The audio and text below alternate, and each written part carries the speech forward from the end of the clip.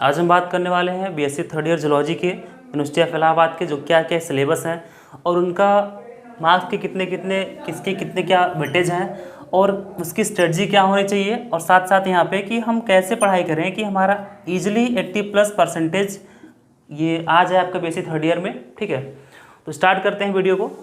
तो सबसे पहले अगर बात करें हम BSc third year university of Allahabad zoology के सिलेबस की, तो आपको पता है यहाँ 3 पेपर होते हैं। 3 पेपर आपका होगा किसी भी सब्जेक्ट में। और अगर स्पेशली बात करें हम जूलॉजी की, तो तीनों पेपर में जो आपका पेपर फर्स्ट है, पेपर सेकेंड है और पेपर थर्ड है, इन तीनों में सेक्शन ए और सेक्शन बी करके आपके यहाँ पे अलग से बांटे गए हैं। तो अगर हम बात करें यहाँ पे पेपर फर्स्ट के सेक्शन ए और सेक्शन बी की, तो इसमें देखा जाए तो स्पेशली इसमें कि आपको यहाँ पे 3 पोर्शन कवर करने होते हैं। सबसे पहला जो आपका पोर्शन होगा वो आपका होगा इसमें मॉलिक्यूलर बायोलॉजी का, मॉलिक्यूलर बायोलॉजी होगा।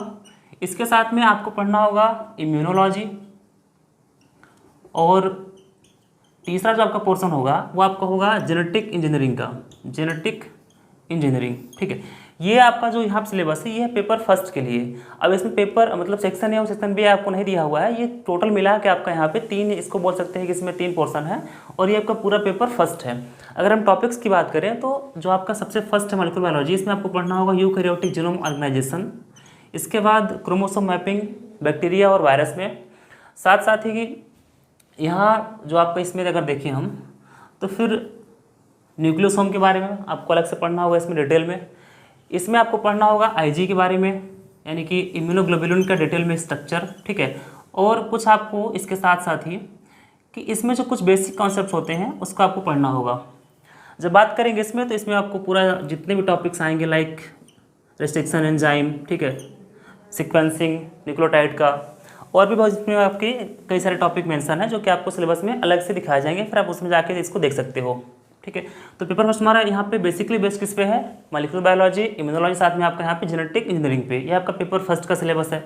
जब बात करें पेपर सेकंड में, तो सेकंड और थर्ड में क्या है कि आपको स्पेशली इसका डिवीजन किया गया है सेक्शन ए और सेक्शन बी में। जब बात करेंगे पेपर सेकंड के सेक्शन ए की, तो ये स्पेशली यहाँ पे आपको मेंशन होगा इकोनॉमिक जूलॉजी, ये आपका सेक्शन ए का पोर्शन हो गया। और इसी के साथ में सेक्शन बी आपका हो जाएगा इन्वायरमेंटल बायोलॉजी, ये आपका सेक्शन बी हो गया। अब इकोनॉमिक जूलॉजी में क्या है कि आपको स्टार्टिंग में मिलेंगी 5-6 लाइफ साइकिल। ठीक है, इसके साथ में लाइफ साइकिल के साथ में इकोनॉमिक जूलॉजी में जितने कल्चर्स हैं like sericulture, pisciculture, aquaculture, pearl culture, ये आपको सब इसमें पढ़ना होगा। ठीक है, जब बात आएगी हमारे सेक्शन बी की इन्वायरमेंटल बायोलॉजी की, तो इसमें जितने पॉल्यूशन वगैरह हो गए या जो इसके और भी टॉपिक हैं इन्वायरमेंट की, वो आपको यहाँ मेंशन है, उसको आपको यहाँ पे पढ़ना होगा सेक्शन बी की। जो आपका तीसरा यहाँ पे भी होगा पेपर, तो पेपर थर्ड का इसमें 2 सेक्शन होंगे। तो पेपर थर्ड के सेक्शन फर्स्ट की अगर बात करें तो ये आपका हो जाएगा डेवलपमेंटल बायोलॉजी, ये आपका हो जाएगा डेवलपमेंटल बायोलॉजी।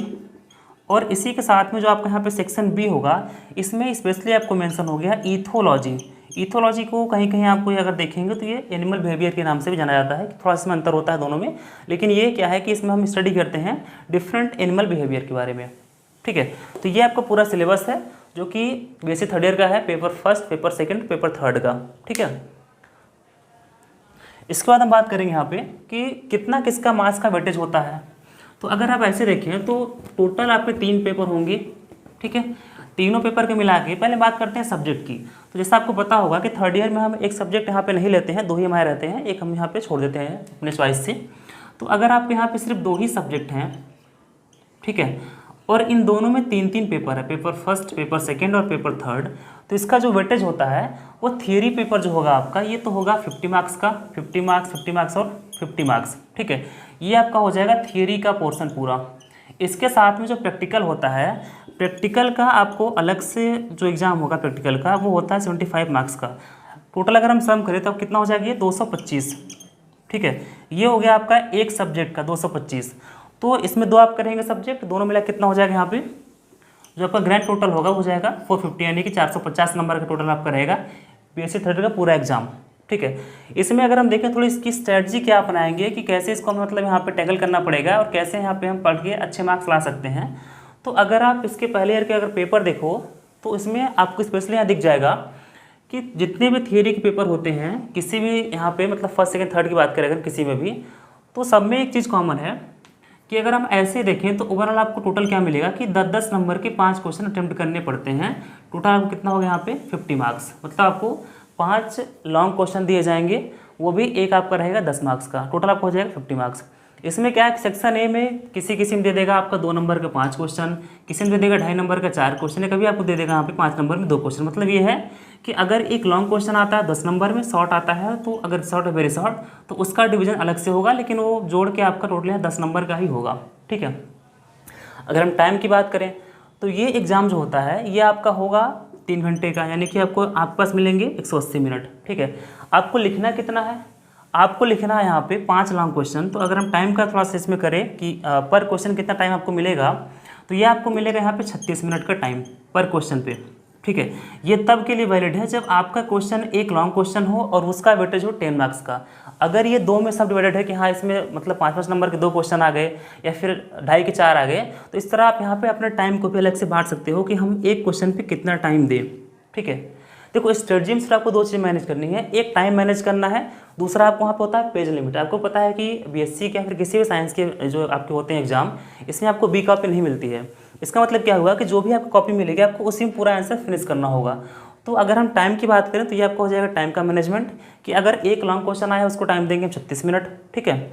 अगर इस तरह से अगर मान लो कि यहाँ पे 5 नंबर का उसको देंगे 18 मिनट, और कम है उसको हम उसी तरीके से कम कर लेंगे। ये तो हुआ हमारा टाइम का मैनेजमेंट कि कैसे हम 3 घंटे में पूरे पेपर को फिनिश करके आएंगे। अब जो बात करेंगे थोड़ा सा टाइम के साथ पेज लिमिट का भी, तो अगर हम देखें तो आपको मिलते हैं टोटल 28 पेज। ठीक है। जो आपको मिलता है कॉपी उसमें आपके यहाँ पे दिए होते हैं 28 पेज। अब 28 पेज के अगर हम देखें, 28 पेज की टोटल कॉपी है, आपको लिखना कितना है, लगभग 5 क्वेश्चन लिखने होते हैं लॉन्ग में। ठीक है। तो अगर हम ऐसे देखें इसको, तो आपका जो एक आंसर होना चाहिए वो 5 to 6 पेज का होना चाहिए, तब जाके आपको अच्छे मार्क्स मिलेंगे। ठीक। मतलब स्ट्रेटजी में यहाँ पे 3 चीज़ें आपकी आएंगी, आपको 3 स्टेप में इस पर काम करना है। सबसे पहला हो जाएगा टाइम मैनेजमेंट का, कि हमें कितने क्वेश्चन पे अगर कितने मार्क्स का है तो उस पर कितना टाइम देना चाहिए। सेकंड अगर हम बात करें यहाँ पे, तो यही आपका हो जाएगा यहाँ पे कि पेज का जो लिमिटेशन है, तो हम पेज लिमिट को कैसे यहाँ पे फॉलो करें और हम पेज लिमिट के अंदर ही बेस्ट कंटेंट दे के आएँ। तीसरा अगर बात करें तो इसमें आपका हो गया कि जो आपका कंटेंट का लेवल है कि आप क्या लिख के आते हो, ये तीसरा हो जाए आपका स्ट्रेटजी का 3rd स्टेप। ठीक है। जैसे अब मान लो हम आपको एक देते हैं एग्जाम्पल कि 2 यहाँ पे स्टूडेंट हैं, दोनों ने सेम टाइम में और सेम पेज उन्होंने भर किया। जैसे मान लो अगर कोई एक ए है और कोई बी है, तो ए ने भी मान लो कि 36 मिनट में 5 पेज लिखा, बी ने भी 36 मिनट में 5 पेज लिखा। लेकिन थोड़ा सा फ़र्क ये है कि जो कंटेंट ए ने लिखा है ये टू द पॉइंट है, एक्यूरेट और रिलेवेंट है। ठीक है। और जो बी का कंटेंट है ये पेज इसने मतलब उतना ही भरा है, लेकिन इसमें क्या है, थोड़ा इसका जो कंटेंट है वो थोड़ा सा इरेलीवेंट है और टू द पॉइंट नहीं है। तो इस केस में क्या होगा कि जो इसके मार्क्स आएंगे बी वाले के, वो थोड़े से ए के कंपेयर थोड़ा सा कम होगा। ठीक है। इसका मतलब क्या हुआ कि सबसे मेन हमें टाइम का मैनेजमेंट करना, पेज का लिमिट ध्यान रख के, तीसरा यहाँ पे कंटेंट को एक अच्छे लेवल का वहाँ पे दे के आना है। अगर आप होता क्या है कि बेसिक पढ़ते हैं, लेकिन अगर कंटेंट देखें तो बहुत सारे बच्चों के जो लिख के आते हैं, मान लो अगर हम लोग यहाँ पढ़ रहे हैं कि पीसी कल्चर है, पर्ल कल्चर है, फिर एक्वा कल्चर, इस तरह से तो कुछ भी उसके बारे में लिख के चले आते हैं। ठीक है। और यहीं उनके मार्क्स कम हो जाते हैं। अगर हम ये देखें कि नहीं, अगर हम जैसे यार तीनों को अगर फॉलो कर ले हम तीनों लेवल को, तो आपके मार्क्स काफ़ी अच्छे आ सकते हैं। ठीक है। तीसरा अगर ये है कि how to get 80+ % in BSc 3rd year या फिर पूरा बीएससी में, तो फिर अगर इसकी बात करें हम, तो ये बहुत मुश्किल काम तो है नहीं। अगर आप देखो तो अगर ईजिली अगर एक क्वेश्चन आपका 10 मार्क्स का है और 10 में आप ऐसा कंटेंट दे के आते हो कि प्रैक्टिस आपने किया है कि हाँ आप टाइम मैनेजमेंट कर पाते हो, पेज लिमिट आपका हो पाएगा, आपके पास स्पीड है, कंटेंट भी है, तो अगर ऑन एन एवरेज अगर हम ऐसे लेके चलें कि अगर 10 मार्क्स का क्वेश्चन है आपका, उसमें अगर आप 8 नंबर भी पाते हो तो कितना हुआ, ये आपको हो गया 80%। और 10 में 8 नंबर पाना बहुत बड़ी बात थोड़ी ना है कि नहीं 10 का है तो हम 8 ना पाएँ। ठीक है।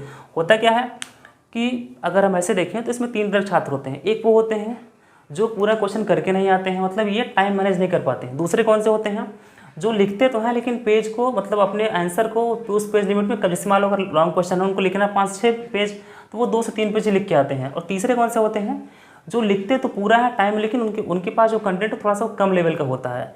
तो अगर ये तीनों बातों को हम ध्यान दें तो आप बीएससी में अच्छे मार्क्स पा सकते हो।